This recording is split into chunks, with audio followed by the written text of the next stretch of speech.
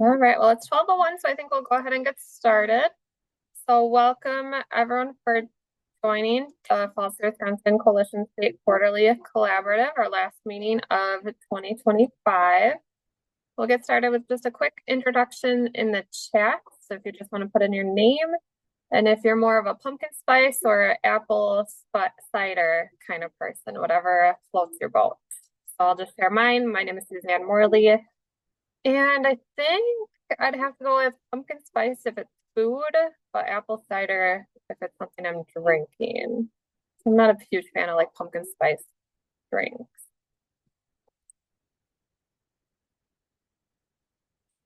Yeah, Char, cider girl, Cami, Sam, pumpkin spice, Brian, apple cider, both apple cider, pumpkin spice, apple cider, apple cider, apple cider. Looks like everyone else is hearing sound, so hopefully that works. It's looking like more votes towards apple cider. So hopefully everyone can enjoy something either apple cider or pumpkin spice related this weekend. Well, with that, with our agenda, we are going to do a Falls Prevention Awareness Month / week debrief. So I'll give some state debrief and then we'll debrief on what everyone did locally. Have some state coalition updates. We'll talk about local updates if there's anything going on. I'll talk a little bit about the coalition work group since it's been a while since we've done that. Give a quick update on 2026 quarterly collaborative meetings and have some time for brainstorming topics, and then we'll wrap up. So just going to start with what we did as the state coalition for Falls Prevention Awareness Month in September. So we did receive the governor's proclamation, and kind of leading up to Falls Prevention Awareness Month, I think we started this back in, it was early spring, I think. So we are accepting submissions for our magnet / sticker contest, and we got 3 submissions for those that you can see on the screen. They're also still on the Falls to Wisconsin website. You know, they can be used by anybody. First place was submitted by the ADRC of Brown County, and it's also available in Hmong and Spanish, so focusing more on medication management related to falls. The second one was submitted by the Greater Wisconsin Agency on Aging Resources on behalf of the Stepping Up Your Nutrition leaders, and that's more so focused on nutrition, as you can see. And they had some supporting documents that they submitted with that related to hydration and protein. And then the third place was submitted by the Falls Free Dane Coalition of Safe Communities, so focusing on a number of different topics that can impact fall risk. So thanks to everyone that participated in that. Thanks for everyone for submitting your contest designs. It's always really cool to see what everyone comes up with and everyone's creativity. So again, those are still on the website if you're interested in printing those off or making magnets or stickers out of those.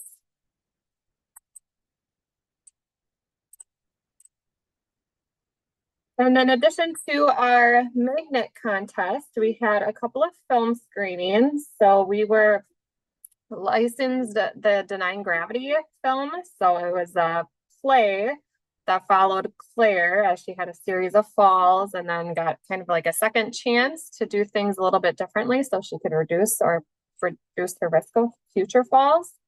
So we had over 200 people register for that virtual film screening. It wasn't recorded. But then we had 145 attend live, and then we had 8, maybe more. Look at the list on the screen of people and organizations hosting watch parties throughout the state. So Oregon Area Senior Center, McFarland Senior Outreach, Cornerstone Community Center, ADRC of Racine County, Stoughton Area Senior Center, Price County Health and Human Services, and the Lincoln Center / the ADRC of Portage County. And with that, there were 75 people that attended those different watch parties throughout the state. And I heard there were some great conversations at those, and people really enjoyed having that opportunity. So we had, if I can do some quick math here, over 200 people throughout the state, either attending a watch party or a virtual event. And Amy, thanks for sharing. The ADRC of Brown County had 5 participants. I must have missed that one on my list. Add that on there. Even more people attended watch parties. And again, if I'm missing any, definitely feel free to either throw that in the chat or send me an email. So that was early in September. And then just a couple weeks ago, wrapping up September on the 24th, Spanish language version of Denying Gravity, Negando la Gravedad, was held in person at United Community Center. And they had 52 people attend that film screening. So super exciting that we were able to license the film in Spanish as well. And our partners at United Community Center were able to have a really successful and well-attended film screening of that. And lots of media happening throughout the state as well. So I just found some snippets of some articles and different things that we did. And there, there might be more out there, but we were interviewed by Wisconsin Public Radio at the beginning of the month. And then actually just earlier last week, I think it must have been last week, related to Falls Prevention Awareness Month and the DHS report for the increase in EMS related fall calls. Our letter to the editor was published in the Wisconsin State Journal. And then again, our press release submitted in Spanish to Telemundo, Wisconsin. Again, our partners at United Community Center were asked to do an interview. So that's Shari Perez on the left-hand side, participating in that interview for Telemundo, Wisconsin, that was published on October 1st. So we had lots of great outreach throughout the month this year. Our Falls Prevention Awareness Month events calendar was pretty full for the month. We had 19 events submitted and held in September of this year. And I was looking back at 2024 and there was only 13. So we had a great increase in events held in September and then portrayed on our events calendar so that anyone visiting the Falls Free Wisconsin website could look at those and see if there are any events happening near them. And then I just wanted to play our quick 30-second PSA in case you didn't see it. This was running, and I believe it's still running through the 12th of October. This was running on social media, so Facebook and Instagram, and then also on YouTube. So I'll just play that quickly so you can see it in case you missed it. We're all aging, and we can move through life with strength, safety, and confidence.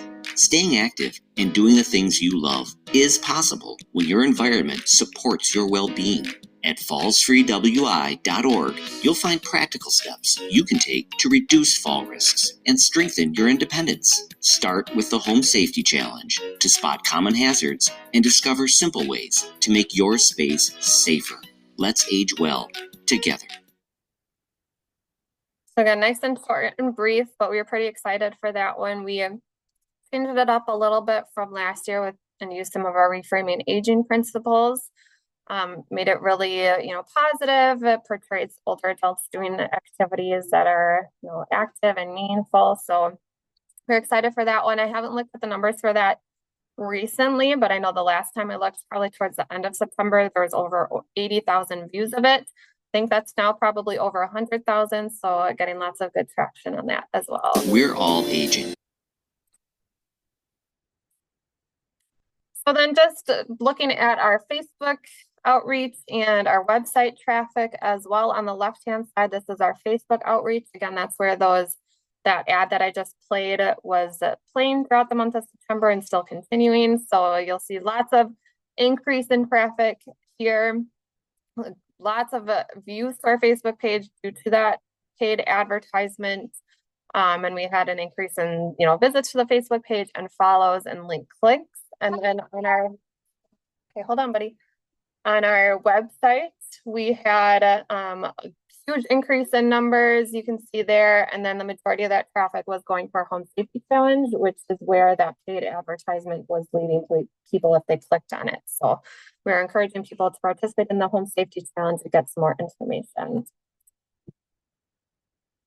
So that, in a nutshell, was what we did with the state coalition with Falls Prevention Awareness Month. Lots of, media on social media, lots of directing people to our Facebook page, some different interviews that were done.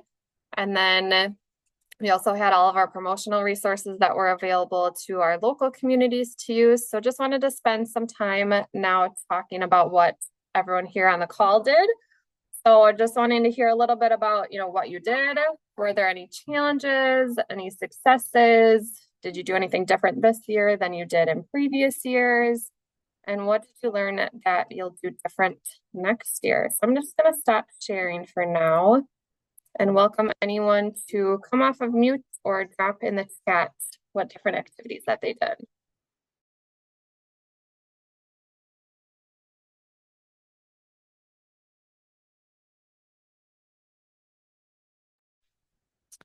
I can go ahead. Amy Sanaforth with the ADRC of Brown County. I also sit on our Brown County Falls Prevention Partnership, which is a subcommittee. And we did in a larger event called Freedom from Falls, Brown County. We had one, two, three, like 8 guest experts that came in and talked about different things, and I can send the flyer to. So we had resource tables. We offered balance screenings in collaboration with the Bellin College of Nursing. So we had about 30 people go through balance screenings for free, and then had about 60 participants. So we did some speakers, and we switched it up. We had lunch provided for free, had a few more speakers. And then the event wrapped up with free train rides as it was at the National Railroad Museum. So that was really cool. And we actually had Senator Andre Jacques come and speak for the first couple minutes too, as a last minute addition. So that was cool to see him get to talk about the work he's doing with the bill. Awesome. Thanks for sharing, Amy. Pretty cool that you're able to incorporate that train ride into that. That's super fun.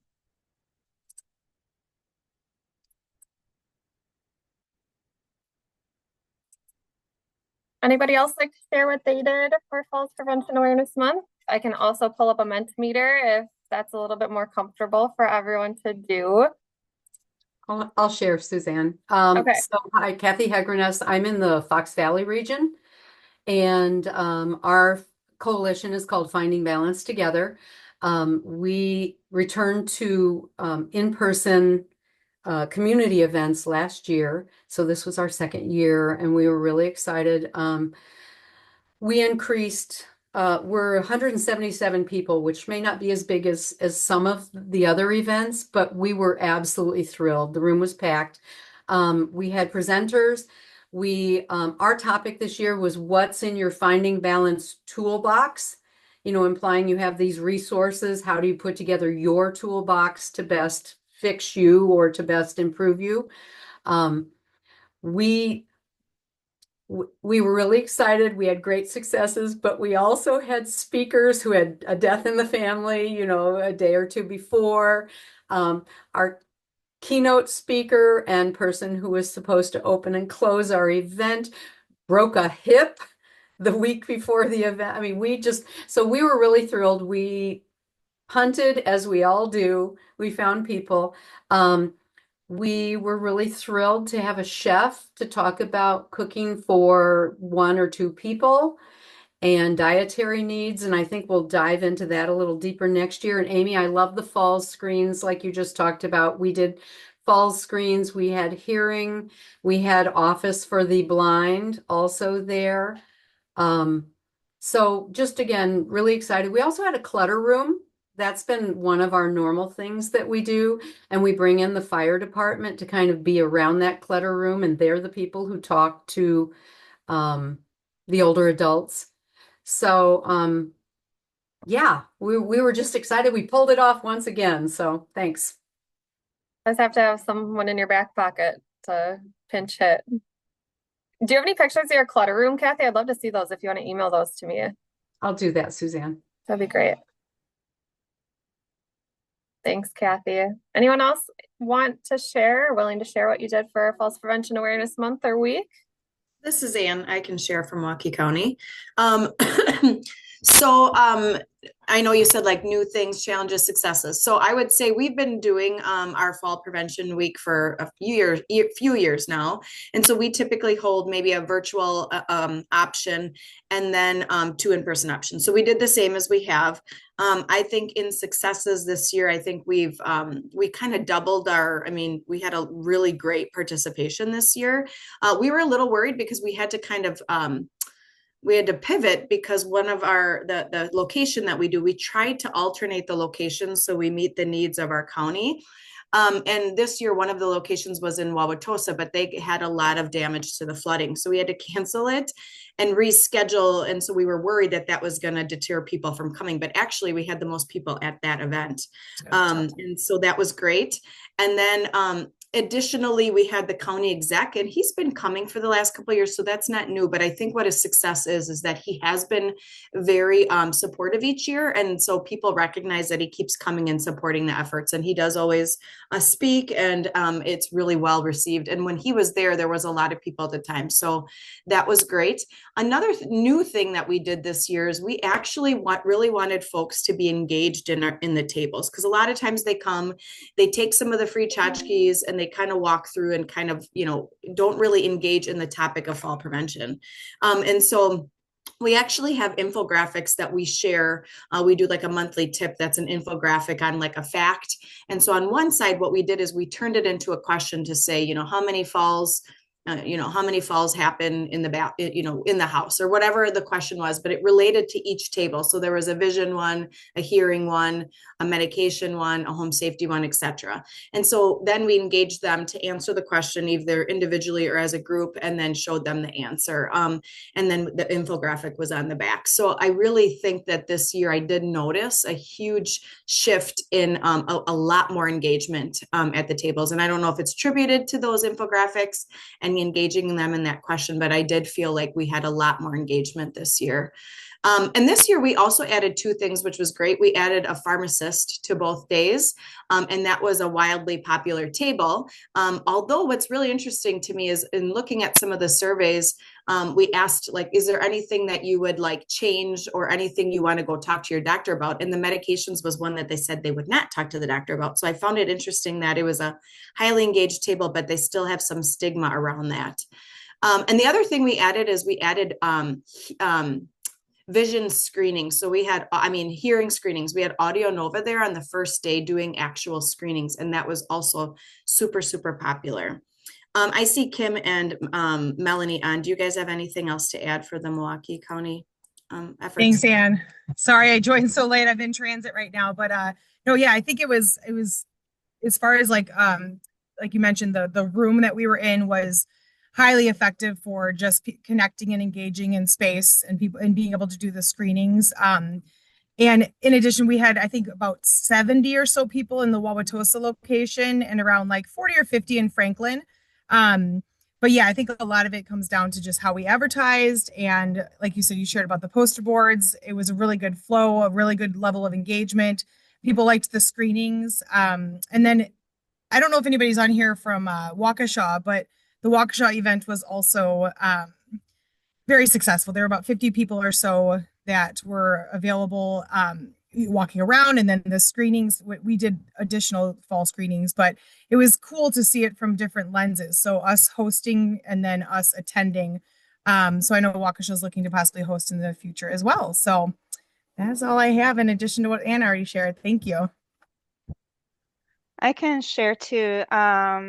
Another activity that we did in Milwaukee County was a podcast. So we partnered with the Fireman Kenny Show and focused on fall prevention awareness week and month. There was three of us talking. So myself with Frederick Hospital, Susie Ryer with Advocate Aurora Health, and Kaisa Kerrigan with Milwaukee County DHHS. So we shared about fall risk factors, resources like Stepping On program, why it's important to be aware of your fall risk and take action in that area. I did see that there was a local newspaper that picked that up. The Washington County Daily News also picked that up. So there was some Facebook promotion that went out as a result. And then I'll put the link in the chat if anybody's interested in listening to it. It's on Spotify. Thanks, Kim and Anna, Melanie. Kathy was saying that she'd love to see your infographic to help engagement. I don't know if you have a picture of like the question that you used at your events that you'd be willing to share out. I can share that in the recording email. And then, yeah, Jill had said interesting to hear about the medication combo hesitation, especially since we've been having lots of conversations lately with our coalition about medications. Is there any follow-up that Milwaukee County does with, the post-eval surveys? So this year we actually did a better job of like getting people's names and emails, and sometimes they put their number down. So we were hoping to create like a list to be able to continually engage them.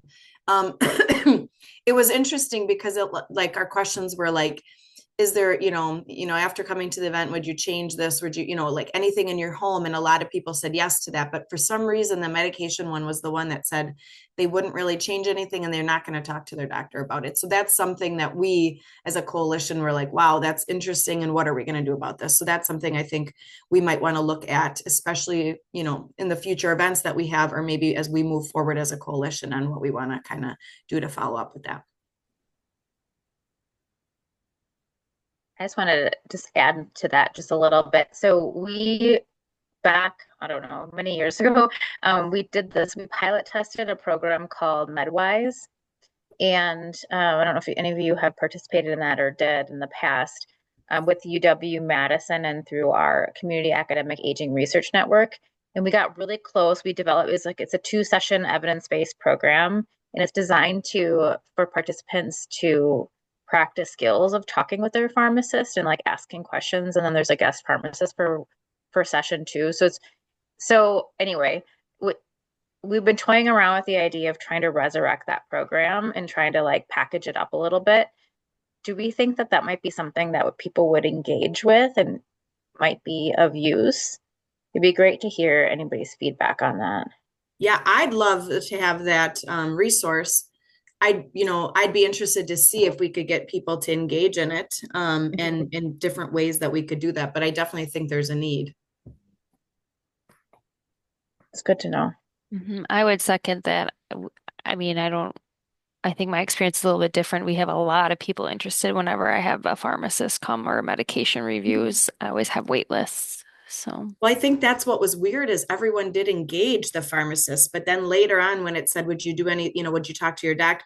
I just don't know if they think like, I'm fine with my meds. You know what I mean? Like, I just don't know if there's still a disconnect, and that's where I think more education needs to happen. So I would agree. The awareness, I was going to add I think the awareness of speaking to your actual pharmacist, not over your doctor or in replacement of your doctor, but just actually engaging with your pharmacist was eye-opening for a few people. And I mean that even when they keep track of their medications, remembering that they need to add their over the counter, and it just I think a lot of people were thinking, oh gosh, I only really talked to my doctor about this, which again, not a bad thing, but doctors are being fed so many different sources of information that they have to discuss. And so the pharmacist really has that focused opinion and I should say opinion, but focused support for that discussion. Yeah. And explaining that's what your pharmacist is there for, to have those conversations, and they're the experts at the detailed parts of the medication. So yeah. And I think sorry to keep talking about this, but I was recently at a conference in Pittsburgh, and they showed like different pill, ways to deliver pills like automatically. And it was amazing to me how many people they still found will have pill bottles or pill, like to say which pills that they're going to take. But some people still will take that pill out of that time and say, well, I want to have them on my table so that tomorrow morning I can take my pills right away. But sometimes they fall down and they don't, you know what I mean? And so I think there's still just such education around medication management. And it's just tricky because sometimes people need to take it in the morning and afternoon or with meals or whatever. And so even if a doctor gives them all of this and they try to arrange it, it's tricky for people. It'd be tricky for anybody. So, and that's not even taking into consideration all the different interactions that happen at an increase of fall risk. Like exactly. And if they think like, oh, did I take this last night? Nope, I'll just take it today. And now they might be taking a second dose. You know what I mean? Like there's just so many potentials of adverse events. Yeah. Well, it's helpful to hear. So that's, I think, something that we'll start exploring at WEHA, is trying to figure out how we can support that program. That's great. As one tool. Obviously, there's lots of tools, but Right. And I think there's the want there, but maybe people don't understand that they actually have that need. Yeah. When I And wonder, it was kind of popular when it's advertised that there's going to be a pharmacist there, kind of like what you were saying with your events, is maybe it's not a want or a need until they realize they get free time with a pharmacist, Right. So I don't know. And Kaisa, I just wanted to mention, and this can go into a longer conversation when we meet again sometime, but we are starting a pilot project with Hyatt to incorporate that, like flagging a falls risk as part of their comprehensive medication review, and then having the pharmacist like take the extra time to, discuss that with the patient and then make an actual referral to the stepping on class that will be held in the vicinity of the pharmacy. And we're working with Hyatt and Greenfield on that one. So yeah, I'm excited to sort of engage in like what you guys are talking about. Mhm. we're super excited. Kaisa is talking about the LEAF grant that they just received. So super excited and to hear all the lessons learned and progress that comes out of that. Christy, go ahead. Sorry I'm late to the party. I just got done teaching, but jumping in on this, I collaborate with Betty Tuning from the pharmacy school, and she was the original person who started MedWise. And I know she's at an international falls thing today up in Canada. But I will bring this. Have you talked to anybody in pharmacy at UW yet? Yeah, so Betty and Beth, so Okay. Betty Tuning and Beth Martin they're the program authors. Yeah. And so we've been in conversations periodically about how to bring this. We've been basically what we need to do is we need to search for grant funding so that we can package the program and then have it available. So I'm going to circle back with both Betty and Beth to figure out where we're at on that and see what we can do. Yeah, I just was. I was like, wow, do you need me to talk to them? Because I see them all the time. But you're already Yeah, on. All right, that's sorry. awesome. I I love the was late. connection. My bad. No, that's good. The more the Thank you. better. The more we can, show the demand and the need for it, the better. So thank you, Christy. Yeah, well, we just did this. The only leaves should fall in Madison, and that pharmacy piece is always been huge there. So it's good. Great work. Thanks. Beth Martin just joined our steering committee, actually. So we're super excited to have another pharmacist on board coalition. Any other Falls Prevention Awareness Week or month activities? Again, feel free to put them in the chat or come off of mute to share. Hey Suzanne, it's Ashley. I'm gonna keep my video off. I'm having lots of tech issues today, unfortunately. But like Christy mentioned, we just had our annual Only Leaves Should Fall event in Madison. And it was a huge success. I think we learned a lot. We have Dr. Zorba Pastor come and speak as our keynote, and then we kind of segue into screening stations. Beth Martin is absolutely fabulous, so I'm so glad to hear that she'll be part of this statewide group. So I think even next year we might have two separate events or break this up a bit because we had so many people come who were not registered, who wanted to hear Dr. Pastor speak, but we didn't have the capacity to have that many people in our screening stations. So it was a little harried at the beginning of the event. But, we adapted and we figured it out. And I think overall it was a huge success. We work with Madison College, their OTA program, and UW-Madison's pharmacy and PT programs, and they are just such amazing partners and really make this event what it is. So we're already, looking ahead to next year and very thankful that the event is over and that we can look ahead to next year. And Kathy, I'm super curious about the clutter room. I think that is such a great idea. So yeah, I'd love to get more information on that. And I see Paul Maras is on here. Paul, Paul's on is on our planning committee. If there's anything you want to add, go for it. I think you covered it well, Ashley. It was a great Okay. event. Ashley, I hate to put you on the spot, but I can't remember. I think it might have been Beth Martin who I was talking to, but do you guys do action planning with all of your participants and you have them do a few goals at the event? Yes. Can you talk a little bit more about that? Yeah, sure. And I can share the form that we use. So we have a checklist. On one side of the checklist, the participant, it's like a report card, I guess. And so they'll take this checklist with them to each of the screening stations. And so the goal is that by the end of the screening stations, the participant has a better idea of what their fall risk is and what could be attributed to that risk. And then we have through the UW-Madison PT program, lots of students, and they're called buddy advocates. So then I would say on average it's one buddy with every two or maybe three participants. So then after the screenings, they sit down, and on the back of the form, um, there's some like prompts, for discussion. And then the participant is encouraged to set 1 to 3 goals. Whether that's talk to my pharmacist about my medications or sign up for a falls prevention or balance enhancing workshop, something like that. So, hopefully it's very action oriented so that people leave with more knowledge about their own risk of falling, and then they actually are connected to community resources at the event. We have resource tables too. So, and Suzanne, I'll send you that form if you'd like to share it with the group. Yeah, that'd be awesome. Thank you. Any last minute takers to share about Falls Prevention Awareness Month? Yeah, go ahead, Christy. I'm doing a study right now in Milwaukee with Latinx and African American partners. And we have literally have a course starting next Monday, and it's not full. So if anybody on this call knows a African American person of color in the Milwaukee area that wants to come to the Washington Park Senior Center, they can call me in the next 24 hours and they'll get them in for 18 hours of free Tai Chi. It's like 2 times a week for 6 weeks. It's a Tai Chi Prime program, but we're not full, and I'm like trying to fill it. So I'll put my name in the chat. Yeah, do you want to send me a little blurb and I can put it up in the follow-up email too? Yep, will do. Perfect.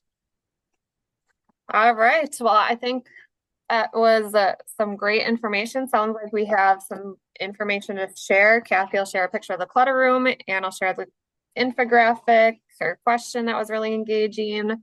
Tim, I got the link to the podcast, and Ashley's going to share that goal setting form. So hopefully that might inspire some future activities for everybody.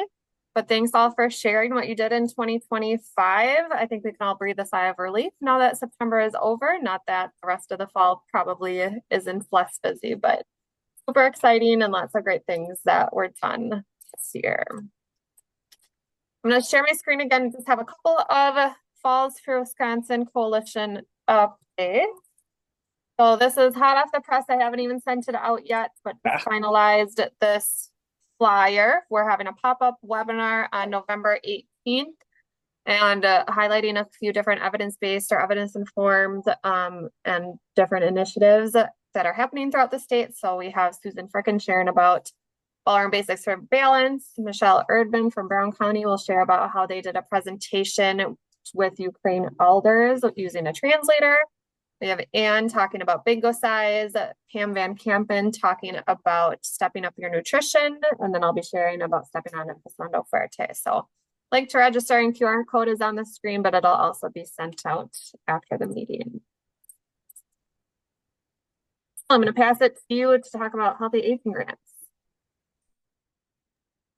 Okay. So we have 2 bills that are now in circulation for healthy aging grants for this legislative session, AB 410 and SB 410. So the really cool thing about this is, as you know, we've been at this for a while, and every time we do it, we just get more and more support and more progress is happening. So it's easy sometimes to get discouraged because it's not yet funded. But at the same time, I keep hearing some really great things. We have 24 different legislators that have signed on to be co-authors for this bill, which is really awesome. So I encourage you to follow that link, and just to click on it, you can see who the co-authors are. So if your legislator is on there as a co-author, would definitely appreciate you reaching out saying, hey, I'm part of this statewide group, and we really just want to thank you so much for being a supporter and being an author on the bill. That will go a long way. That's all you really just a thank you will go a huge way. And just an example, like Amy, when she was talking about her Brown County event, inviting them obviously to events and things like that in classes, things that are happening is also really awesome too, because then they can see like, this is why I'm supporting it. This is, they're already in support, but I'm sure when Senator Jacques was there at your event, he was probably like, oh, wow, like this is even bigger than I thought. So that's just a really great way to keep them engaged and to thank them. And then if they are not on the list, we just encourage you to let them know, like co-authors can be added all the time. And sometimes they do a lot of times after like certain events that will happen, like public hearings and things like that. Sometimes we'll have more co-authors sign on. So it's never too late to have your legislator sign on to that. So just a quick note to them, asking them to sign on, telling them why fall prevention is so important would be great. I was going to share my screen, but it's okay. I can do it later. But I was also going to say, so we did a sign-on letter because right now we're at the point where what we need is it's in circulation. We have co-authors, but what we need now is for public hearings to happen. So the Senate Health Committee needs to schedule a public hearing on the bill. Then the Assembly Health Committee needs to schedule a hearing on the bill. So we need both the Senate and the Assembly Health Committees to schedule a public hearing. Last time this happened, last session, we did a really great job. We had people come and testify, and it passed out of those committees unanimously. So that means it's really great for bipartisan support. So even if this bill doesn't go through all the way this session, which we hope it can, and there's a good chance that it could, we need those public hearings to happen, because if we try to get in the budget next year, or in 2027 for whatever reason, we're going to keep at this for a while. If that happens and there isn't a public hearing, it doesn't show that there's very good like awareness and support. So no matter what the next step is, we need those public hearings to happen. So we have a sign-on letter that we have sent to both the Senate and the Assembly Health Committees last Friday that was sent. And there were I think there's 25, this might be 24 different statewide organizations from public safety, from fire, EMS, from aging organizations, lots of different organizations throughout the state that signed on to that letter to request that public hearing. So it was just really awesome to see how many organizations support this. So that's where we're at. So any assistance you can give, we have an advocacy work group that's working on this. We've got lots of support from AARP and many of you that are on this call. So we're just going to keep at it. We also have this postcard now available, and it is on the Falls Free Wisconsin website, where you can download it and you print them off. I just printed them on cardstock and I brought it with me to different falls prevention events that I did in September. And what really, it's just a postcard. On one side, it's saying what Healthy Aging grants are about, how it would fund our local communities and our statewide infrastructure. And then on the back, it has something, it's just a blank postcard. So they add their name and their address to it. And then they can add their legislator to it. If they want to take the postcard and send it themselves, then they can do that. Otherwise, it was working really well when I had people fill out their name and their address. And then I told them that if they wanted to, I would fill in their legislator's address and I would send it. So that way they didn't have to worry about postage. That way they didn't have to worry about finding out who their legislator was if they weren't sure. So I just plug in their address into the system and figure out who their legislator is and send it. So if you have capacity and ability, if you have any events coming up where you can do that, we just highly encourage, the more awareness we can get, the better. So hopefully we can get it funded this session. If not this session, the more success we have this session, we'll get it funded into the budget next round. So I'm happy to answer any questions. If anybody has, just reach out to me directly. Thanks. Awesome. Thanks, Jill. And moving on to congratulate our LEAF grantees. We're super excited to share, as Kaisa kind of highlighted one of the projects that's happening. We have six different LEAF grantees. that their project started on October 1st and they will go through April 30th of 2026. So I think we're going to see a lot of great things coming in the next few months out of these projects. We have the ADRC of Brown County. They are delivering pharmacist-led education.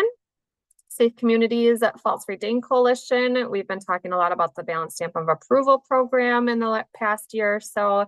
They're going to develop a toolkit and a model for communities statewide using the Balanced Stamp of Approval process. The Menominee Falls Fire Department, their mobile integrated health unit, will be bringing the CDC's study framework to residents. Rebuilding Together Fox Valley is going to be launching an awareness campaign to highlight their falls prevention initiatives. Northwest Wisconsin Community Services Agency is going to promote and implement the SAIL program, Stay Active and Independent for Life. And then, as Kaisa shared, Milwaukee County Area Agency on Aging is going to pilot test how pharmacist referrals to the Stepping On program can improve falls prevention. So super excited to see these programs take off. I'm sure we'll be having more conversations about them as the year wraps up and 2026 starts. But again, just congratulations to all the LEAF grantees. Thanks to everyone for submitting a proposal. And we're hopeful that these healthy aging grants that Jill just shared about will help support some of these LEAF grants in the future as well. So just wanted to leave some time up now for local updates. So if anyone has anything to share that they would like to do that, you can have free time to do that. I'll leave it open. I know we did a lot of sharing about Falls Prevention Awareness Month, and maybe you're all planned out and don't have anything planned right now, which is totally okay. But if anyone does have any upcoming events or questions or challenges, anything to share, I'm gonna just leave it open and stop talking.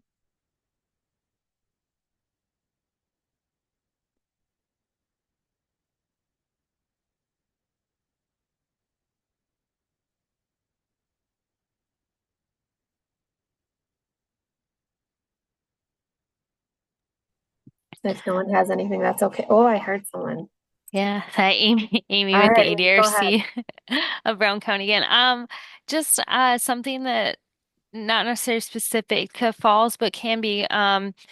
We have noticed for a lot of our evidence-based programs that most of participation is females. We don't, usually maybe someone drags their husband with them. So that's been something we've been on my mind for a while. But I got two students through the Medical College of Wisconsin through St. Norbert's, two gentlemen that are going to help us with kind of uncovering what it is with men in health promotion programs, what barriers there might be, what can we do to change how we market things or bringing on new programs, looking at programs like the Men's Shed and things like that too. So very excited for that, and we'll obviously be happy to share what we come up with. I think everyone will be happy to hear what you have to say after you learn. I think that's definitely been a conversation we've had over and over. So thanks for sharing that, Amy.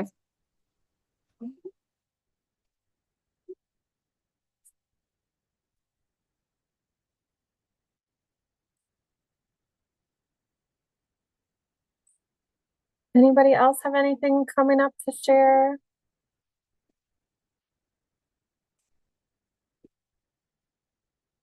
Okay, well, again, just always feel free to shoot me an email to share anything that you do have coming up, or if there's anything you'd want to share with the statewide group or ask any questions, I'm happy to do that. Just wanted to go back quickly to the LEAF grants, and just as a reminder, these are mini grants for this session, and they were up to $6,000 each for the LEAF mini grants this session. And again, with the healthy aging grants, we're hoping that we will be able to provide additional funding in the future. I am just going to briefly overview some of our coalition work groups, just as kind of a reminder and some history. We've had some new members join lately. So just as a reminder, the organizational structure is on the screen. We have as the convener of our coalition, and we have 4 different work groups: best practices, data collection, public awareness and advocacy, and then our general coalition membership and these quarterly meetings.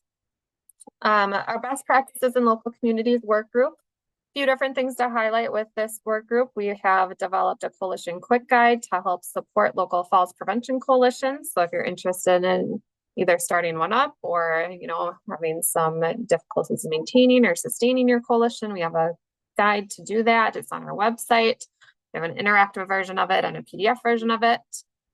We also developed a CBO and EMS toolkit to help guide a relationship building between community-based organizations and EMS providers. And we have different strategies outlined in there and to, step-by-step instructions on how to do those. And then we collect, and share best practices for preventing falls. We have the screenshot. It's a little hard to see, but that's on our Falls for Wisconsin website. It just lists different evidence-based programs, initiatives, physical activity programs, different things that can be implemented to prevent falls, and then hold these quarterly meetings for our coalition members. Our data collection and analyzation work group that is co-led by two members from the Department of Health Services. So we collect and analyze state and local fall-related injury and mortality data. We're currently working on, we're going to hopefully work on updating our Falls for Wisconsin data page once the 2024 data becomes available. And we're hoping to do a 5-year trend line for state falls related data, but then we do also have county related data and cost data on there as well. We're able to provide data customization for local communities. And then we've also been talking a lot about collecting intervention effectiveness data. We're currently doing a 4-part mini series on different intervention effectiveness. So we've done a couple so far that we've put out, and we have a couple more coming. And then we provide education and technical assistance on gathering local data. So some of that's available on our website. We have a Falls Data 101 webinar where you can find local data sources, and then we have a whole list of available data sources on there as well. Our public awareness and education work group leads our Falls Prevention Awareness Month campaign, and we provide education and awareness on falls risk factors and prevention strategies, primarily for consumers, but also for professionals. And we do quarterly media campaigns. So with that, we do a webinar for consumers as well. We've done different campaigns related to pets and balance. Medications is coming up in December. Again, a big topic that we've been talking about so far. We've done others that related to physical activity, and I'm trying to think what other ones we've done, and I can't remember off the top of my head, but we did just start doing those within the past year or so, the quarterly webinars, and they've been pretty well attended. So we're excited to continue those. And then we also do give presentations to professionals as well.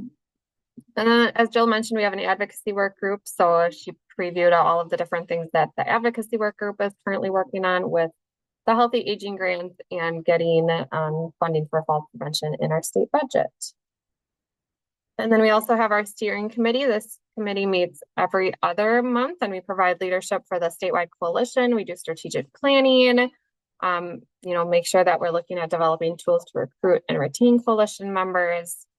We're currently working on planning for holding a virtual falls prevention summit in April of 2026. So more info on that will be coming out soon. And then providing funding through the LEAF mini grants as well.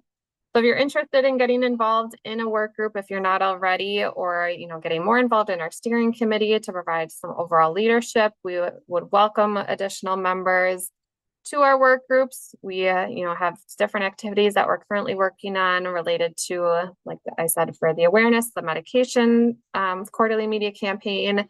Advocacy is working all about the Healthy Aging Grants. Our best practices work group has a healthcare focused right now, and we have a few different buckets that we're looking to provide some education for healthcare providers throughout the state. And then our data collection work group, like I said, will be updating some state data and looking at that intervention effectiveness data. So lots of great activities happening, and we're definitely happy to have you on board if you're interested and you have the time to do that. So with that kind of brings us into wrapping up. Save the date for our 2026 meetings. And I just wanted to put it out there. What topics are you interested in talking about in our 2026 meetings. We've typically had a different topic that we focus on each meeting. And that comes right from the members on this group. So I know, getting information to men to get them to programming has been a topic of interest, as Amy said. But are there other topics or, education that you would be interested in for these meetings specifically? I would say the medication, since we identified that as a need earlier. Thanks, Anne. I'll second that. Mhm.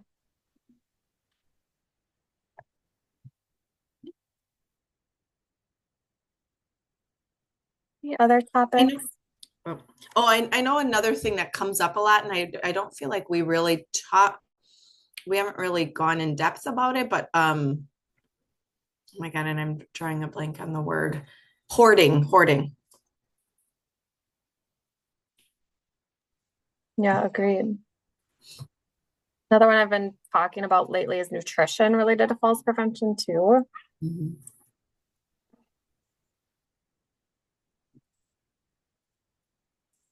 Other topics, could be a specific topic like medications or hoarding, but also, a larger topic about coalition management or advocacy, whatever it might be. So no idea is a bad idea. Maybe I know that's one thing that we work hard on, but like, how do you keep your members engaged and coming? And I think, one thing we try really hard at is, sometimes you have an organization and they stay, but then the role changes or somebody leaves. And then it's like trying to keep that organization engaged and just maybe talking about how people just keep their ongoing coalition strong and have their members engaged. And it is something, right? They're doing above and beyond their normal work. So I understand there's challenges in that. So how do people do that well? Mm-hmm. Yeah, Christy, go ahead. I would be interested in sharing with the group our Tai Chi Prime practice planners and trackers. So these are used as part of the educational process so that how do you work with a client to help them set their own goals related to falls prevention? So it's written in the context of exercise, but you could use it for other goal setting related to different avenues of fall prevention. It would be kind of an interesting thing to explore how some of the other folks that work with pharmacy or home safety stuff, how they could use the practice planners and tractors and adapt them to other goals besides exercise. I love that. Thanks, Christy. Mm-hmm. I see a couple in the chat: hydration and falls, life after a fall.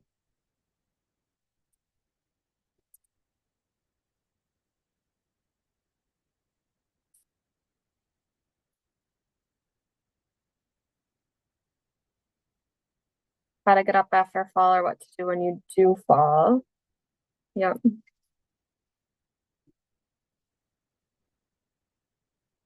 Yeah, that was one of we did earlier this year. I think that was our first media campaign in February of this year. We did about how to get up after a fall. But always good to have more information about that.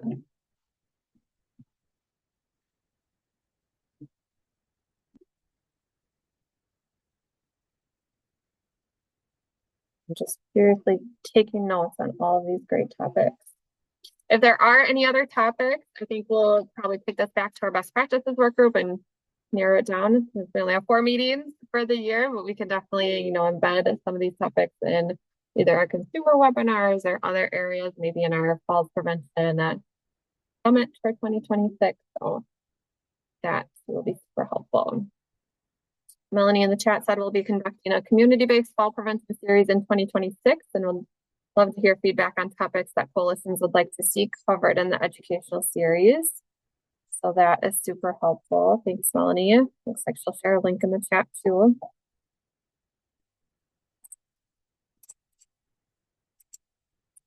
Okay. Well, with that, if no one has anything else, I will take our notes. It looks like we have some resources to share. We have some planning for 2026 to do. But again, if you do have anything else to share, any other ideas, feel free to shoot me an email. But thank you all for all that you do, and hope you have a good rest of your fall season, and a good rest of your week. So thanks, everyone.